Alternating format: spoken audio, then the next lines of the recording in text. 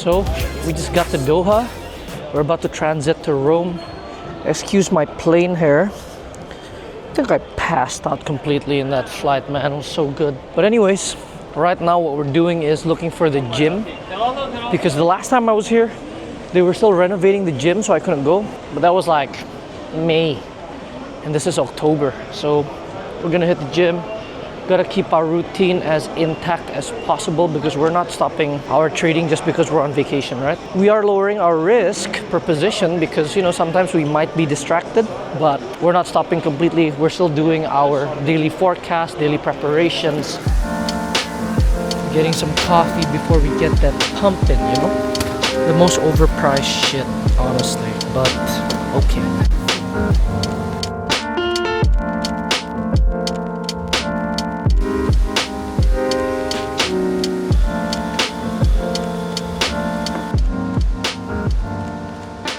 Okay, I hate to say this, but this is some really good coffee. I'm not saying that anybody should spend 10 euros on coffee because that's just stupid all around, but it is good. Second floor. Just straight ahead. The lockers will be on the right, and then the gym is straight ahead. All right, thank you very much. Cool. Recording inside the restroom. Not the best idea. Thankfully, there's nobody here. You know, this one time for my vlogs, I recorded inside a gym. And then, yeah, somebody actually said something. They were like, what are you doing with a camera in here? I'm like, bro, I'm not here to record your bitch ass body, man. Relax. There's somebody in there. We're just gonna record, fuck it.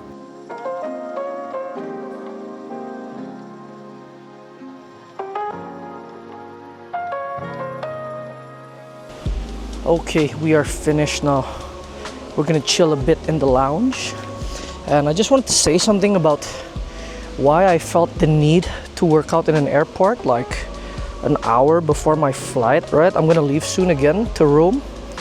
And the reason is because I think momentum is the key word here. I don't really want to lose it. And if I can prove to myself that I can put a workout in even when it's inconvenient for me, that does a lot for my self-confidence, you know? And at the end of the day, I think consistency is a behavior. It's an attitude, right? It's not just in your strategy, but also in who you are as a person. And I think that's why I can follow my plan, even when I'm in a losing streak, for example, when I'm in drawdown or whatever. It's because I've really tried to instill consistency in all parts of my life, not just trading.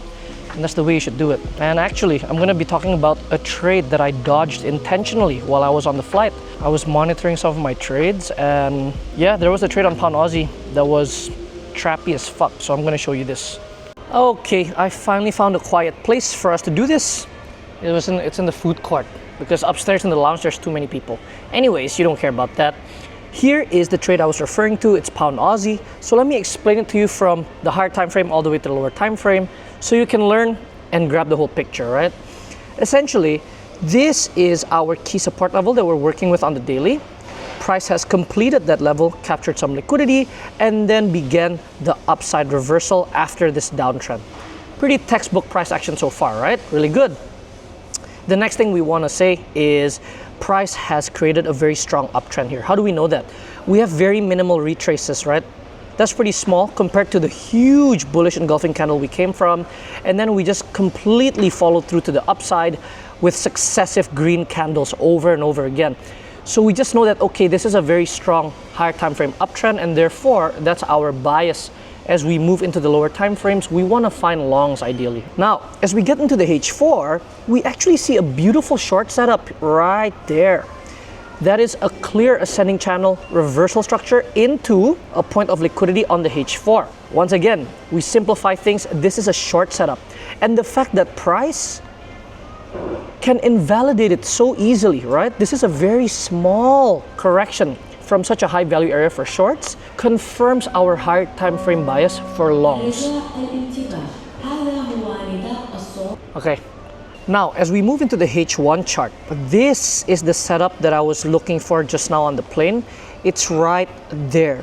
So why is this a good place to long? It's because we have broken out of the liquidity capture zone, right? So as price was capturing liquidity from our value area, we push down, we fail, we break out, we retest, and we break out again. By this point, price has shown us enough of an upside strength in the lower time frame to take longs. However, this is the key clue of why we didn't take it.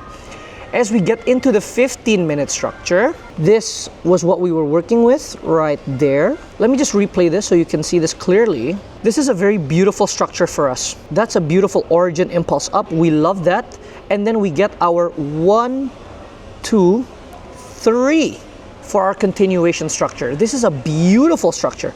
But why did we not enter this? It's because we got a wick completion. This is a very key tip right here, guys. If your candle completes with a wick to your completion area, be very careful, right? Especially when the following candle just instantly pumps like this. This is chasing a trade, right? That's what it's called. If you've ever heard that term, this is what it is, because our entries are always around this area. It'll look something along these lines where price completes properly like that, captures a little bit of liquidity underneath, and then gives us the bounce candle. Then we enter it like so. But the fact that we never did that, that's already weird, right? That is already a corrupted form of our edge. And whenever you see this happen for your strategy, if you're not trading mine, that's fine. This applies to every fucking strategy out there. If your setup does not come the way it's supposed to, be very careful, guys. This is the biggest mistake all new traders make. You know what you guys say? You say, oh, it's close enough. You know, it's close enough. Fuck it. Let's just take the trade. And clearly it's bouncing, right, Lex? It's bouncing. It's so strong. And you said all that shit about the higher time frame uptrend being so strong. Why don't we just enter the trade like this? This is the final point here that I want to make. There's a reason why proper trading requires an entry setup. It's because we know that we can never predict where price action is gonna go. Our job is not to predict. Our job is to react, to respond to price action fulfilling our criteria. If it gives us what we need to see, we take the trade. If we don't see what we need to see, we don't take the trade. You see, we're not trying to be predictors here. We're not trying to say, oh, I know where this market's going. Do not have that kind of ego on you. It will fucking destroy you, I guarantee it. And so here, we did not see our setup. And so unfortunately, I just had to let it go. And yes, it won't feel good because sometimes you will feel the FOMO. And guys, even when you're consistently profitable, you will still have these emotions. Anybody saying otherwise is faking you, okay? They're lying. I still feel the emotions, but the key difference is I know how to control it better. The thing that I say when I feel the FOMO, especially look at this, guys. Let's say, look at that, right? How do you think I felt when price did this on the plane, right? I felt like I missed my move. But the only thing I could say is this move simply wasn't for me. Try saying that to yourself, right? Because the idea with trading is that your strategy, whatever you use, it is a filter, right? Think of it as a filter to basically remove all that noisy price action that you can't replicate profits from into specific setups that you can replicate profits from. Anything that doesn't fit your setup, that's not for you. Those moves are not for you. And that's what I say to myself. You know, if people win in this trade, good for them, but this is not my strategy. It is not my setup. And therefore, this move is not for me. Once you really accept that, trading becomes a lot easier, right? That's when following the plan becomes very doable because you know, if you follow your plan, you can be profitable. If this sentence doesn't apply to you, then you have an even deeper problem, which is you don't have an edge. You don't have a strategy to work with. That's an issue. That's when you get a mentor or something because, dude, if you don't even have an edge, that's hard, man. That's hard. And I'm trying my best to explain the market to you in these vlogs. So I'm hoping, well, I know a lot of you have gotten value, but yeah. So essentially, that's it, guys. This is what happened next. Look at that. Would have absolutely destroyed me, right? And now how do I feel? Very good. If you have an edge, you know what to do. Just follow the plan and do your best, right? Be disciplined. Don't chase the market ever. Don't ever think you know where the market's going because you do not. Let's fly to Italy. Pop, pop, it's showtime. Showtime. Showtime. Guess who's back again? Oh, they don't know. Oh, they don't know. I bet they know as soon as we walk in. Showed up. I'm wearing Cuban links. Designer mix. Currently waiting for Pandu to arrive. I was taking some shop. On the TV? No, there's no porn on the TV. So Pandu was just telling me about how he chose to stay in a love hotel after going to the Vatican. Probably not what happened. The dam.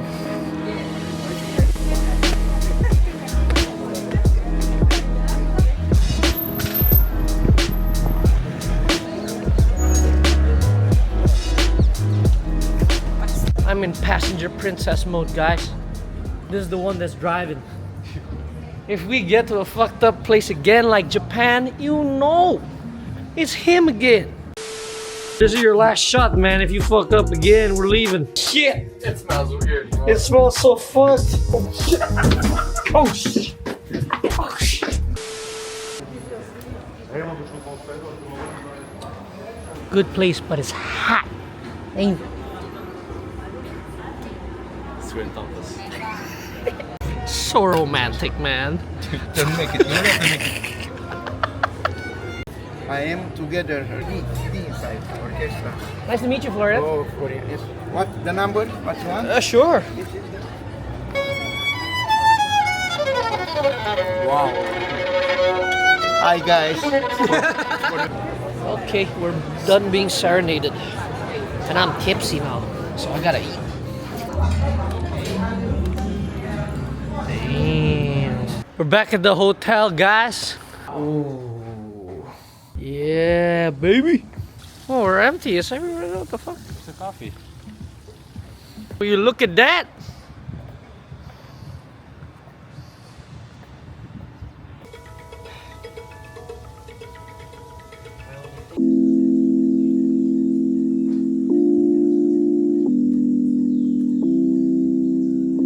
It is currently 5:43 a.m.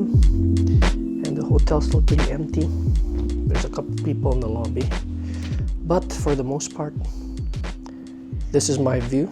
And I'm about to get to work on my weekly forecast to prepare for market open tomorrow. And regarding that topic, I want to say just a little bit about the importance of filtering your opportunities.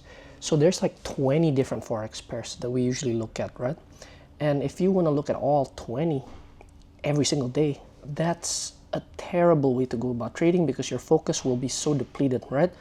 Instead, what you should do when you're preparing for the day is understanding which top 5 pairs give the best and most relevant opportunities. Meaning, even if there is a pair that you like, but you know that the setup won't come until at least tomorrow, then that shouldn't be on today's watch list. Don't split your focus so thin, right? If you ever think like, oh, but what if we just get like an easy setup and I don't want to miss that? That's the mindset that I used to have as well. And it's very damaging actually, because trading is never like picking up free money on the road, like, oh, it's so easy that anybody can do it. No, when your focus is split so thin, it's easy for you to make even noob mistakes, right? It's easy because your mind is just thinking about too many things at once. And that's why filtering down opportunities is actually the key, right? Top 5 for every single day is enough, guys. It's enough. So let me get into the opportunity that I want to explain to you today and why this is relevant. All right, so here we have Aussie Yen for our most relevant opportunity come Monday market open. Starting from the weekly here, right? We see this point of liquidity serving as our value area currently. How do we know that? Well, price has captured some beautiful liquidity over there, and once we capture liquidity from a value area, that's when business is done in the markets, right? This is the best place to be looking for opportunities. And so once we see that downside follow through as well last week, right, because this is the weekly chart, that's pretty good. However, there's a very key clue that the market is trying to give us here, which is this large wick right from the bottom. That's not normal, nor is it healthy for shorts. And so we really want to pick up on that clue that the market's giving us.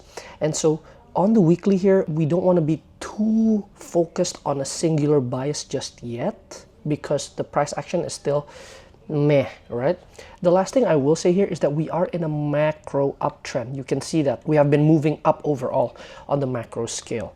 So that's it. That's all the observations you need on the weekly. You don't always have to have a clear bias from the weekly chart. No, that's why we work our way down. Okay, so we work our way down to the daily chart, and what do we see? That's a very, very clear hammer right there. And a hammer this strong is indicative of the uptrend resuming, right? And we know that we are on a macro uptrend and we already have gone down very significantly here. Why can't the market now end the downside and resume the upside, right? There is no more reason, especially when we know that we have tapped into the point of liquidity on the daily as well, right? We have bounced from that with a very ideal hammer close. And so by this point, we have a clear higher time frame bias, right? We like seeing this hammer.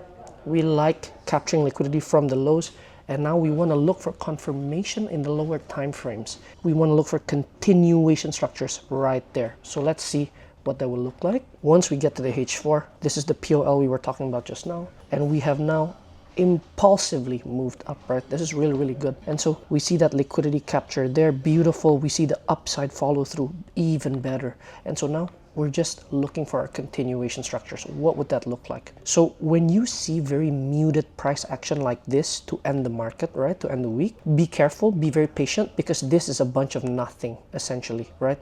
So we have broken above our level to beat right there, right? We've broken above this as well.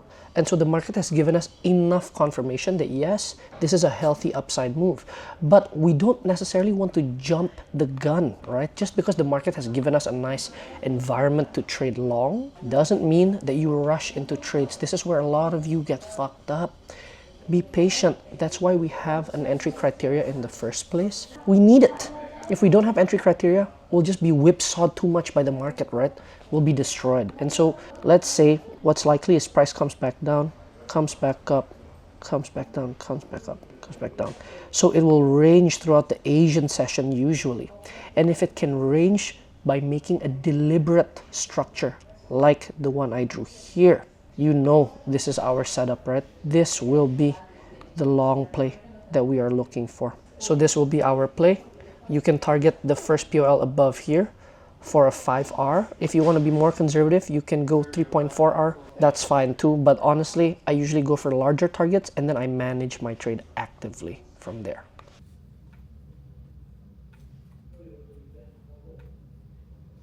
Okay, I'm now done with my top 5 for Monday's market open tomorrow.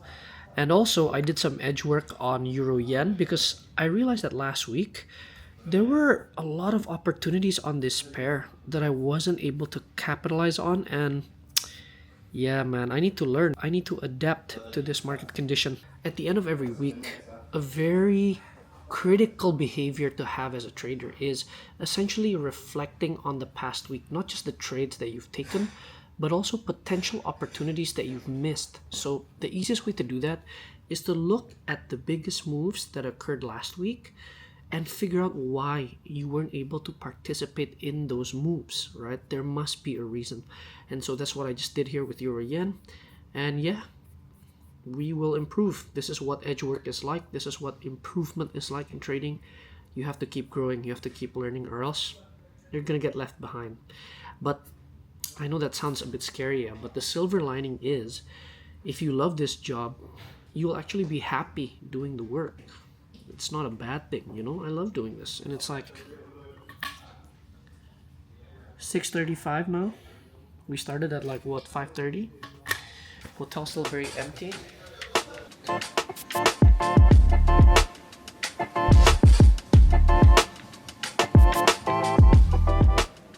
Honestly, one of the best gyms, if not the best gym I've ever been to in a hotel.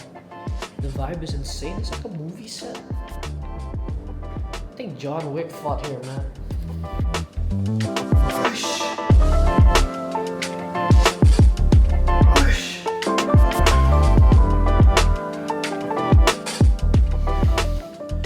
Alright, man, that was an insane workout. I'm done, so going back to my room now. And you know what I just realized? I'm wearing the same colored shirt that I was yesterday, but I swear It is not the same shirt. This is a Uniqlo Aerism shirt and I love it so much. I have multiple copies, the same color and everything. So I swear guys, I'm not wearing the same shirt. I'm not that dirty. Ah shit! Ah shit! Hello.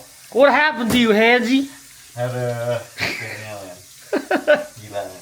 This guy made his visa in the wrong date, didn't you, Hansi? I did, man. Fuck. He missed his flight because he couldn't come in to this country. That's what Hansi did. Did you sleep on both of the beds, bro? No, bro. One of them was sleeping and the other one was...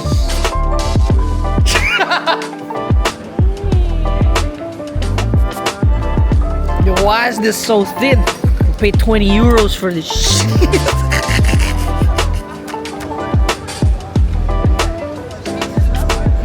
About to go on a golf cart tour around the city. Courtesy of Hansi. We're so sweet, man. Fun, man. Yeah. Oh, dia keliling.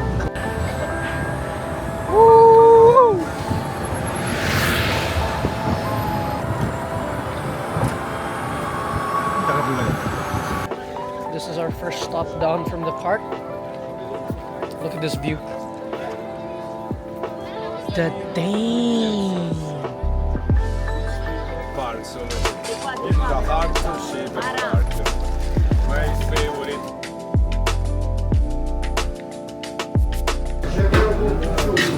Ice cream break.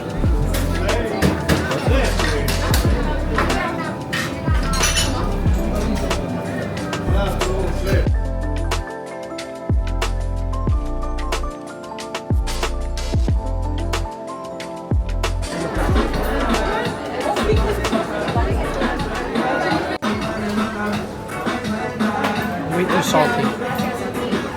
Why is it salty? Kita dibohongin, Bay. It's not dibohongin sih. 17 anjing. 17 euros for this. Ini dibohongin, Bay. Lemon shit. I think this is a tourist trap, bruh. Kita dibohongin aja. We just got trapped hard. Oh!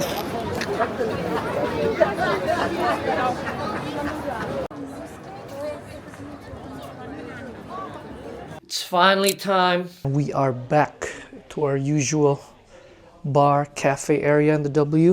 6:25 this time. Breakfast opens at 7, so 35 minutes. Now that gives me a little bit of time to talk, especially when nobody's here, on this screenshot right here, right?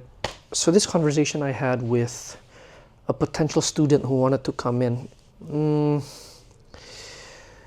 I don't think anybody here should be trying to make a living from trading, and especially if you're scalping stuff like gold or S&P futures every single day to try to make money.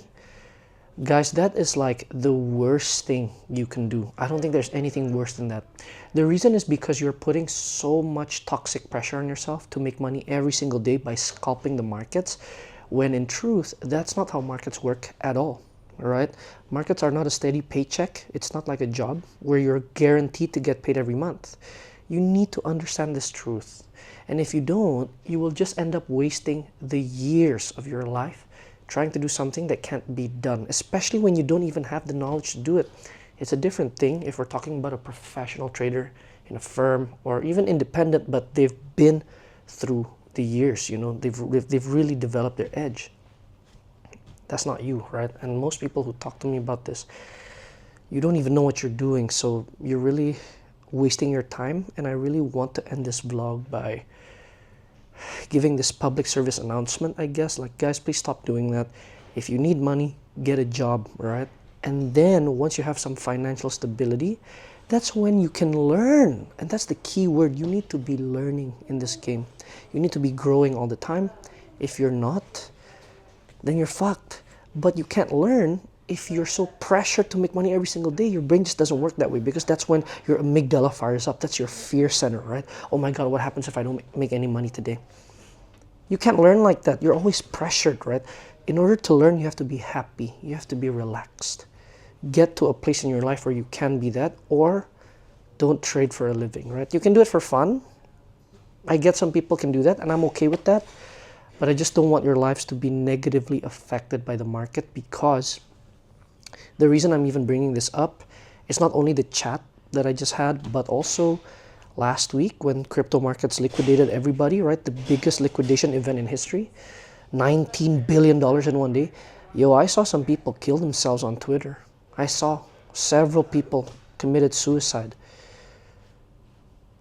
It's a stark reminder of how dark our game can be, and I don't want any of my viewers, you guys, to be in any place like that. I think trading can be such an amazing thing for you, but only if you do it right. So please do it right.